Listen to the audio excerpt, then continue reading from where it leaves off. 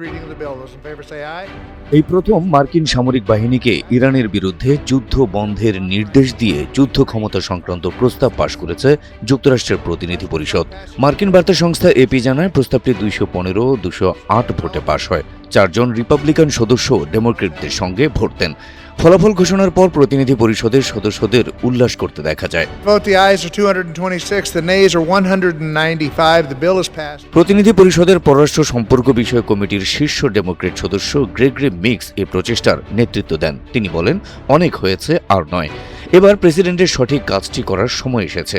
তার চাপিয়ে দেওয়া এই যুদ্ধের কারণে মানুষ চরম ভুগছে।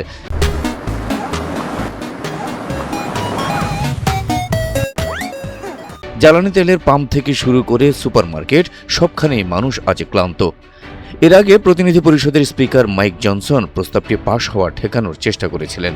2 সপ্তাহ আগে ভোটাভুটি হওয়ার সম্ভাবনা দেখা দিলে তিনি হঠাৎ করেই প্রতিনিধি পরিষদের কার্যক্রম স্থগিত করেন।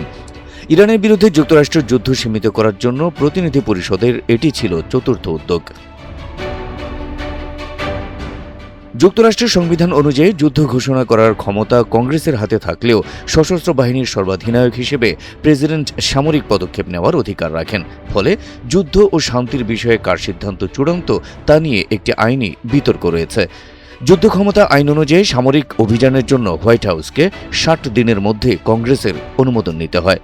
বিশ্লেষকরা বলছেন, এই প্রস্তাব পাশের পর ইরান যুদ্ধ নিয়ে বেশ চাপে পড়ে গেছেন ডোনাল্ড ট্রাম্প। এবার স্থায়ীভাবে ইরান যুদ্ধ থেকে সরে আসা ছাড়া আর কোনো উপায় নেই মার্কিন প্রেসিডেন্টের হাতে। Habib Rasel, NTV online.